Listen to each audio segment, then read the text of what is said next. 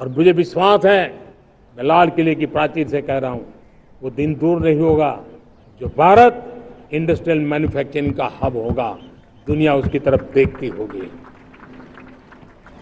आज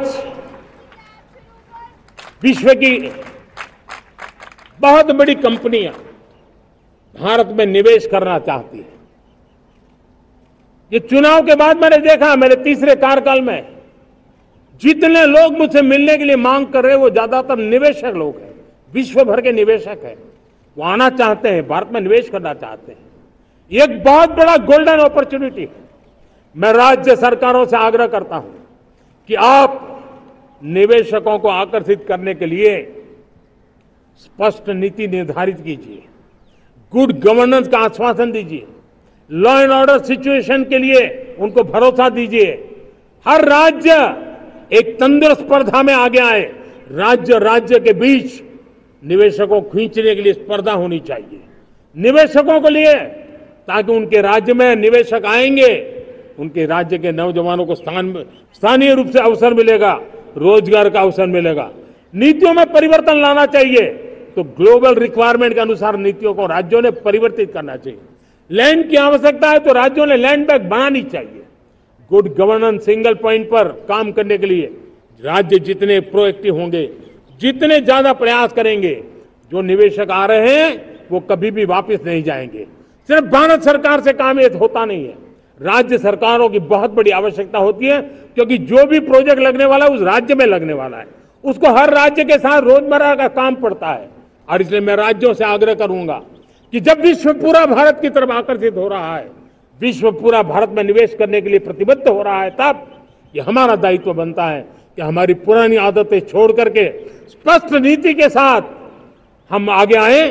देखिए, आपको परिणाम अपने राज्य में दिखाई देगा और आपका राज्य भी चमक उठेगा, ये मैं आपको विश्वास देता हूं।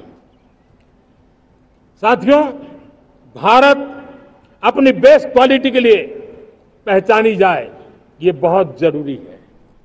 अब विश्व के लिए हमें डिजाइन ऑफ इंडिया का क्षेत्र, डिजाइन इन इंडिया, इस पर हमने बल देना है। हमें कोशिश करनी है अब इंडियन स्टैंडर्ड इंटरनेशनल स्टैंडर्ड बनने चाहिए। इंडियन स्टैंडर्ड इंटरनेशनल स्टैंडर्ड बनेंगे तब हमारी हर चीज को सहजता से मोहर लग जाएगी, और ये हमारे प्रोडक्शन की क्वालिटी पर निर्भर करेगा, हमारी सेवा की क्वालिटी पर निर्भर करेगा, हमारे अप्रोच की क्वालिटी पर निर्भर करेगा। और इसलिए हमें क्वालिटी पर बल देकर के आगे बढ़ना है। हमारे पास टैलेंट है, डिजाइन के क्षेत्र में हम दुनिया को बहुत कुछ नया दे सकते हैं। डिजाइन इन इंडिया, इस आह्वान को लेकर के हमें अब आगे चलना है। Design in India and design for the world, इस सपने को लेकर के चलना है। मैं देख रहा हूं गेमिंग की दुनिया का बहुत बड़ा मार्केट खड़ा हुआ है, लेकिन आज भी गेमिंग की दुनिया पर प्रभाव, खास करके उन खेलों को बनाने वाले लोग, प्रोडक्ट करने वाले लोग, विदेशी कमाई होती।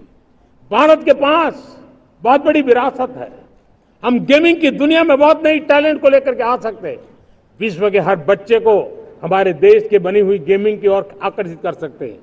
मैं चाहता हूं कि भारत के बच्चे, भारत के नौजवान, भारत के आईटी प्रोफेशनल्स, भारत के एआई के प्रोफेशनल्स, वे गेमिंग की दुनिया को लीड करें।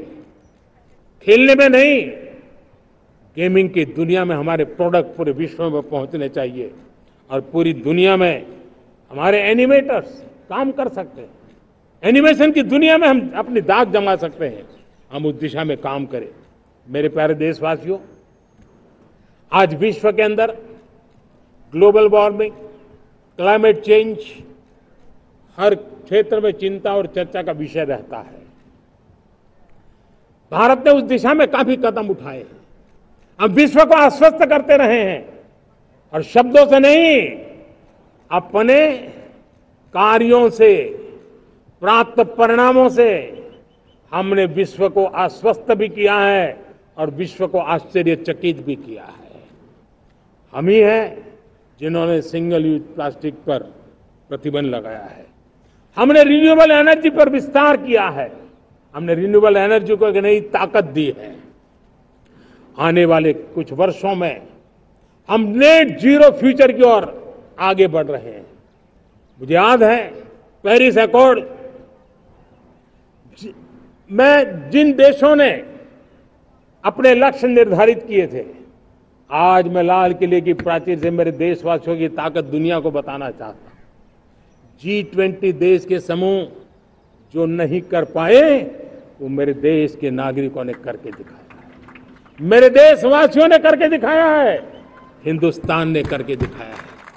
पेरिस एकॉर्ड के अंदर जो टारगेट हमने तय किए थे, उन टारगेट को समय से पहले पूरा करने वाला G20 देशों के समूह में अगर कोई है तो एकमात्र मेरा हिंदुस्तान है, एकमात्र मेरा भारत है। और इसलिए गर्व होता है साथियों। रिन्यूएबल एनर्जी के टारगेट हमने पूरे, हम 2030 तक रिन्यूएबल एनर्जी को 500 गीगावाट तक ले जाने के लिए मकसद से काम किया। आप कल्पना कर सकते हैं कि कितना बड़ा लक्ष्य है। दुनिया के लोग सिर्फ 500 गीगावाट शब्द सुनते हैं ना तो मेरी तरफ ऐसे ऐसे देखते हैं, लेकिन आज मैं विश्वास से कह रहा हूं देशवासियों को कि इस लक्ष्य को भी हम पूरा करके रहेंगे। और ये मानव जाति की भी सेवा करेगा, हमारे भविष्य की भी सेवा करेगा, हमारे बच्चों के उज्जवल भविष्य की गारंटी बनेगा। हमने 2030 तक हमारी रेलवे को नेट जीरो एमिशन का लक्ष्य लेकर के हम चल रहे हैं। साथियों, पीएम सूर्य घर मुफ्त बिजली योजना उसको एक नई ताकत देने वाली है और ये बदलाव का फल मेरे देश के सामान्य परिवार को मिला, विशेष करके मेरे मध्यम वर्ग को मिलेगा जब उसका बिजली का बिल मुफ्त हो जाएगा। इलेक्ट्रिक व्हीकल उसकी मांग बढ़ती जा रही है। जब पीएम सूर्य घर योजना से वो बिजली उत्पादन करता है सूर्य से, तो उसका व्हीकल का प्रवास का खर्चा भी वो कम कर सकता है। साथियों, हम ग्रीन हाइड्रोजन मिशन लेकर के एक ग्लोबल हब बनना चाहते हैं। बहुत तेजी से नीतियां बनाई गई है, बहुत तेजी से उसका इंप्लीमेंटेशन का काम हो रहा है और भारत ग्रीन हाइड्रोजन एक न्यू एनर्जी की दिशा में हम जाना चाहते हैं। और ये सारे जो प्रयास चल रहे हैं, क्लाइमेट की चिंता तो है ही है, ग्लोबल वार्मिंग की चिंता है, लेकिन इसके अंदर ग्रीन जॉब्स की बहुत बड़ी संभावना है। और इसलिए आने वाले कालखंड में ग्रीन जॉब्स का महत्व बढ़ता है, तो उसको सबसे पहले कैप्चर करने के लिए मेरे देश के नौजवानों को अवसर देने के लिए और ग्रीन जॉब्स के लिए एक बहुत बड़ा क्षेत्र को बढ़ावा दे रहे हैं। मेरे प्यारे देशवासियों, आज हमारे साथ इस तिरंगे झंडे के नीचे वो नौजवान बैठे हैं जिन्होंने ओलंपिक की दुनिया में भारत का परचम लहराया। मैं मेरे देश के सभी एथलीट्स को, मेरे देश के सभी खिलाड़ियों को 140 करोड़ देशवासियों की तरफ से बधाई देता हूं और हम नए सपने, नए संकल्प, अत्यंतिक पुरुषार्थ के साथ नए लक्ष्यों को हासिल करने के लिए आगे बढ़ेंगे, ऐसा मैं विश्वास के साथ उनको शुभकामनाएं भी देता हूं। आने वाले कुछ दिनों में भारत के एक बहुत बड़ा दस्ता पैरालंपिक के लिए पेरिस जाने के लिए रवाना होगा। मैं मेरे सभी पैरालंपिक खिलाड़ियों को भी हृदय से बहुत बहुत शुभकामनाएं देता हूं। साथियों, भारत ने G20 को ऑर्गेनाइज किया, हिंदुस्तान के अनेक शहरों में ऑर्गेनाइज किया, 200 से ज्यादा इवेंट किए।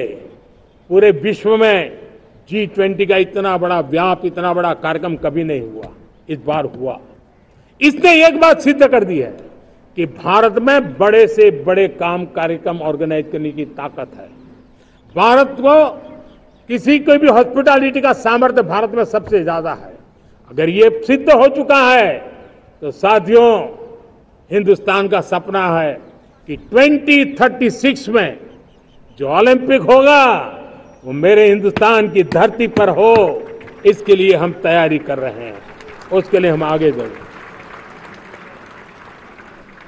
साथियों, समाज के आखिरी तबके के जो लोग हैं, ये हमारा सामाजिक दायित्व है। अगर कोई पीछे रह जाते हैं तो हमारी आगे बढ़ने की गति कम कर देता है। और इसलिए हम आगे बढ़ना चाहते हैं तो भी सफलता तब मिलती है पीछे वाले को भी साथ साथ आगे ले आए। और इसलिए हम सबका दायित्व बनता है कि हमारे समाज में आज भी जो क्षेत्र पीछे रह गए हैं, जो समाज पीछे रह गए हैं, जो लोग पीछे रह गए हो, हमारे छोटे छोटे किसान हो, हमारे जंगलों में रहने वाले मेरे आदिवासी भाई बहन हो, हमारी माताएं बहनें हो, हमारे मजदूर हो, हमारे श्रमिक साथी हो, हमारे कामगार लोग हो, इन सबको हमें बराबरी में लाने के लिए, हमारे बराबर लाने के लिए भरपूर प्रयास करना है। लेकिन अब गति पकड़ गई है, अब लंबे दिन तक हमें वो करना नहीं पड़ेगा, बहुत जल्द वो हमारे पास पहुंच जाएंगे, हमारी बराबरी में आ जाएंगे, हमारी ताकत बहुत बढ़ जाएगी और बड़ी संवेदना के साथ हमें इस काम को करना है। और इसके लिए एक बहुत बड़ा अवसर आ रहा है। मैं मानता हूं संवेदनशीलता की दृष्टि से इससे बड़ा अवसर क्या हो सकता है। हमें पता है 1857 के स्वतंत्र संग्राम के पहले भी अंग्रेजों के नाक को दम करने वाला हमारा देश का एक आदिवासी युवक था। 20-22 साल की उम्र में उसने अंग्रेजों के नाक को दम ला दिया था, जिसको आज भगवान बिरसा मुंडा के रूप में लोग पूजा करते हैं। भगवान बिरसा मुंडा की 150वीं जयंती आ रही है। ये हम सबके लिए प्रेरणा का कारण बने। समाज के प्रति छोटा व्यक्ति भी देश के लिए कैसी जज्बात रखता है, उससे बड़ी प्रेरणा भगवान बिरसा मुंडा से अधिक कौन हो सकता है। आइए हम भगवान बिरसा मुंडा की 150वीं जयंती जब मनाएं, संवेदनशीलता का हमारा व्याप बढ़े, समाज के प्रति हमारा ममभाव बने, हम समाज के हर व्यक्ति को, गरीबों को, दलित को, पिछड़ों को, आदिवासियों को, हर एक को हम अपने साथ लेकर के चले। इस संकल्प को लेकर के चलना है। मेरे प्यारे देशवासियों, हम संकल्प के साथ तो बढ़ तो रहे हैं, बहुत आगे बढ़ रहे हैं, लेकिन ये भी सच है कि कुछ लोग होते हैं जो प्रगति देख नहीं सकते। कुछ लोग होते हैं जो भारत का भला सोच नहीं सकते हैं। जब तक खुद का भला न हो तब तक उनको किसी का भला अच्छा नहीं लगता है। ऐसी विकृत मानसिकता से भरे हुए लोगों की कमी नहीं होती है। देश को ऐसे लोगों से बचना होगा। वे निराशा की गर्त में डूबे हुए लोग हैं। ऐसे मुट्ठी भर निराशा की गर्त में डूबे हुए लोग जब उनके गोद में विकृति पलती है तब वो विनाश का कारण बन जाती है, सर्वनाश का कारण बन जाती है, एनार्की का मार्ग ले लेती है और तब देश को इतनी बड़ी हानि हो जाती है जिसकी भरपाई करने में हमें नए सिरे से मेहनत करनी पड़ती है। इसलिए ऐसे जो छुटपुट निराशावादी तत्व होते हैं, वो सिर्फ निराशा इतना नहीं है, उनकी गोद में विकृति पल रही है। ये विकृति विनाश के, सर्वनाश के सपने देख रही है, ताने बाने जोड़ने की प्रयासों में लगी हुई है। देश को इसे समझना होगा। लेकिन मैं देशवासियों को कहना चाहता हूं कि हम हमारी नेक नीयत से, हमारी ईमानदारी से, राष्ट्र के प्रति हमारे समर्पण से हम सारी परिस्थितियों के बावजूद भी विपरीत मार्ग पर जाने वालों के लिए भी, उनके भी दिल जीत करके हम देश को आगे बढ़ने के हमारे संकल्प में कभी भी पीछे नहीं हटेंगे। ये मैं विश्वास दिला चाहता हूं। साथियों, चुनौतियां हैं, अनगिनत चुनौतियां हैं। चुनौतियां भीतर भी है, चुनौतियां बाहर भी है।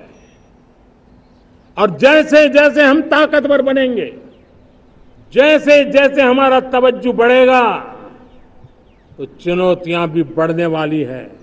बाहर की चुनौतियां और बढ़ने वाली है और मुझे उसका भली भांति अंदाज है।